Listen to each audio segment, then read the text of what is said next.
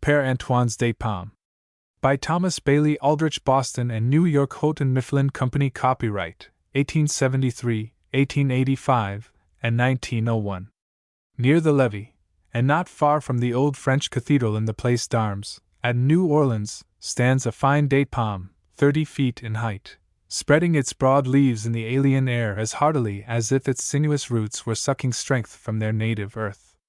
Sir Charles Lyell, in his second visit to the United States, mentions this exotic. The tree is 70 or 80 years old, for Pere Antoine, a Roman Catholic priest, who died about 20 years ago, told Mr. Bringia that he planted it himself, when he was young. In his will he provided that they who succeeded to this lot of ground should forfeit it if they cut down the palm. Wishing to learn something of Pere Antoine's history, Sir Charles Lyell made inquiries among the ancient Creole inhabitants of the faubourg.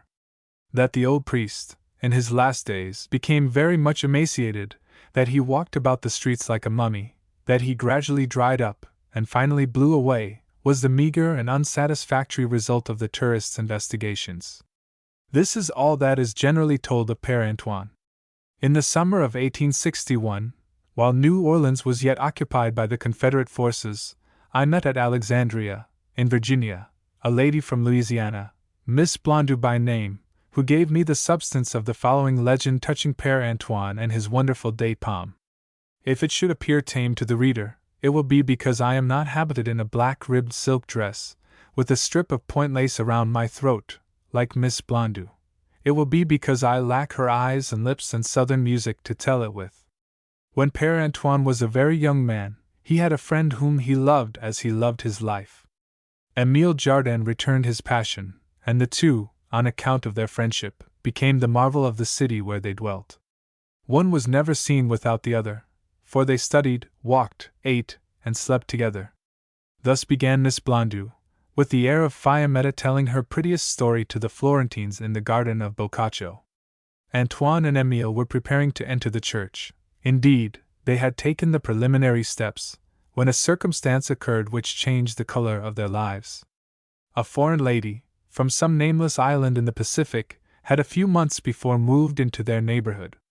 The lady died suddenly, leaving a girl of 16 or 17, entirely friendless and unprovided for.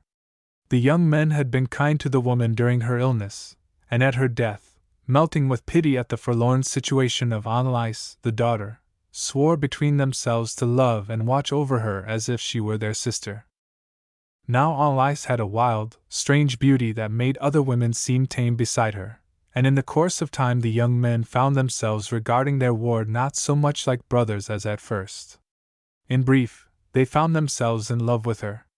They struggled with their hopeless passion month after month, either betraying his secret to the other, for the austere orders which they were about to assume precluded the idea of love and marriage. Until then they had dwelt in the calm air of religious meditations, unmoved except by that pious fervor which in other ages taught men to brave the tortures of the rack and to smile amid the flames. But a blonde girl, with great eyes and a voice like the soft notes of a vesper hymn, had come in between them and their ascetic dreams of heaven. The ties that had bound the young men together snapped silently one by one. At last each read in the pale face of the other the story of his own despair. And she? If Annelise shared their trouble, her face told no story. It was like the face of a saint on a cathedral window. Once, however, as she came suddenly upon the two men and overheard words that seemed to burn like fire on the lip of the speaker, her eyes grew luminous for an instant. Then she passed on, her face as immobile as before in its setting of wavy gold hair. One night Émile and Annelise were missing. They had flown, but whither, nobody knew, and nobody, save Antoine, cared. It was a heavy blow to Antoine, for he had himself half resolved to confess his love to Annelise and urge her to fly with him. A strip of paper slipped from a volume on Antoine's prie-dieu, and fluttered to his feet. "Do not be angry," said the bit of paper, piteously. "Forgive us, for we love. Pardonnez nous, car nous aimons." 3 years went by wearily enough. Antoine had entered the church, and was already looked upon as a rising man, but his face was pale and his heart leaden, for there was no sweetness in life for him. 4 years had elapsed, when a letter covered with outlandish postmarks was brought to the young priest, a letter from Anlice. She was dying. Would he forgive her? Emile, the year previous, had fallen a victim to the fever that raged on the island, and their child, Anlice, was likely to follow him. In pitiful terms she begged Antoine to take charge of the child until she was old enough to enter the convent of the Sacré-Cœur. The epistle was finished hastily by another hand, informing Antoine of Madame Jardin's death. It also told him that Anlice had been placed on board a vessel shortly to leave the island for some western port. The letter, delayed by storm and shipwreck, was hardly read and wept over when little Anlice arrived. On beholding her, Antoine uttered a cry of joy and surprise. She was so like the woman he had worshipped. The passion that had been crowded down in his heart broke out and lavished its richness on this child, who was to him not only the Anlice of years ago, but his friend Emile Jardin also. Anlice possessed the wild, strange beauty of her mother, the bending, willowy form, the rich tint of skin, the large tropical eyes, that had almost made Antoine's sacred robes a mockery to him. For a month or two Anlice was wildly unhappy in her new home.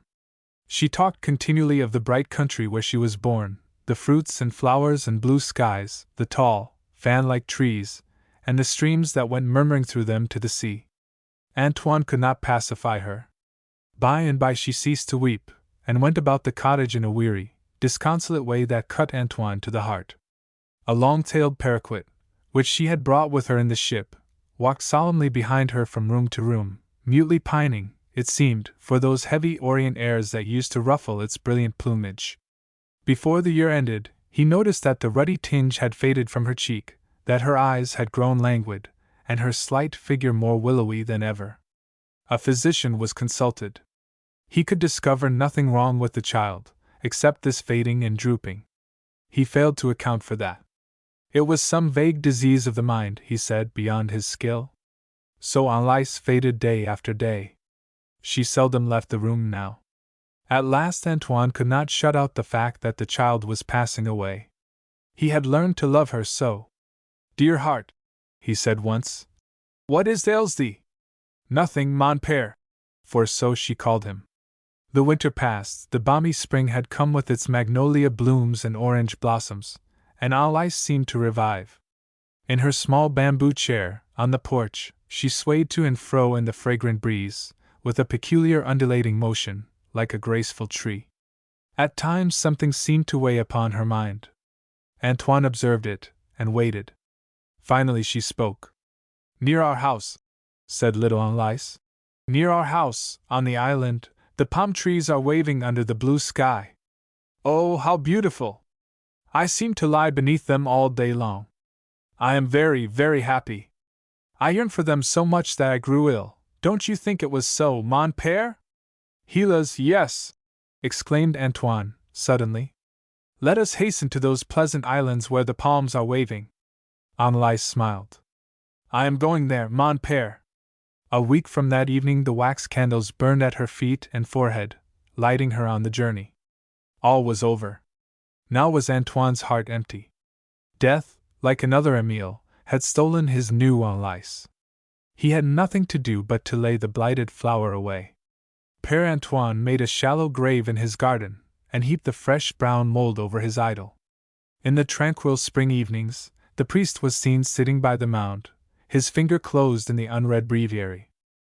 The summer broke on that sunny land, and in the cool morning twilight, and after nightfall, Antoine lingered by the grave. He could never be with it enough. One morning he observed a delicate stem, with two curiously shaped emerald leaves springing up from the center of the mound. At first he merely noticed it casually, but presently the plant grew so tall, and was so strangely unlike anything he had ever seen before, that he examined it with care. How straight and graceful and exquisite it was! When it swung to and fro with the summer wind, in the twilight, it seemed to Antoine as if little Anlice were standing there in the garden. The days stole by, and Antoine tended the fragile shoot, wondering what manner of blossom it would unfold, white, or scarlet, or golden. One Sunday, a stranger, with a bronzed, weather-beaten face like a sailor's, leaned over the garden rail, and said to him, "What a fine young date palm you have there, sir! Mon Dieu! cried Pere Antoine, starting. And is it a palm? Yes, indeed, returned the man. I didn't reckon the tree would flourish in this latitude. Ah, mon Dieu! Was all the priest could say aloud, but he murmured to himself, Bon Dieu, vous aimez danser là? If Pere Antoine loved the tree before, he worshipped it now. He watered it, and nurtured it, and could have clasped it in his arms. Here were Emile and Alice and the child, all in one. The years glided away, and the date palm and the priest grew together. Only one became vigorous, and the other feeble. Pere Antoine had long passed the meridian of life. The tree was in its youth. It no longer stood in an isolated garden, for pretentious brick and stucco houses had clustered about Antoine's cottage. They looked down scowling on the humble thatched roof. The city was edging up, trying to crowd him off his land. But he clung to it like lichen and refused to sell. Speculators piled gold on his doorsteps, and he laughed at them. Sometimes he was hungry, and cold, and thinly clad, but he laughed none the less. Get thee behind me, Satan! Said the old priest's smile. Pere Antoine was very old now, scarcely able to walk, but he could sit under the pliant, caressing leaves of his palm, loving it like an Arab, and there he sat till the grimmest of speculators came to him. But even in death Pere Antoine was faithful to his trust. The owner of that land loses it if he harm the date tree. And there it stands in the narrow, dingy street, a beautiful, dreamy stranger, an exquisite foreign lady whose grace is a joy to the eye, the incense of whose breath makes the air enamored. May the hand wither that touches her ungently. Because it grew from the heart of little Alice, said Miss Blondeau tenderly.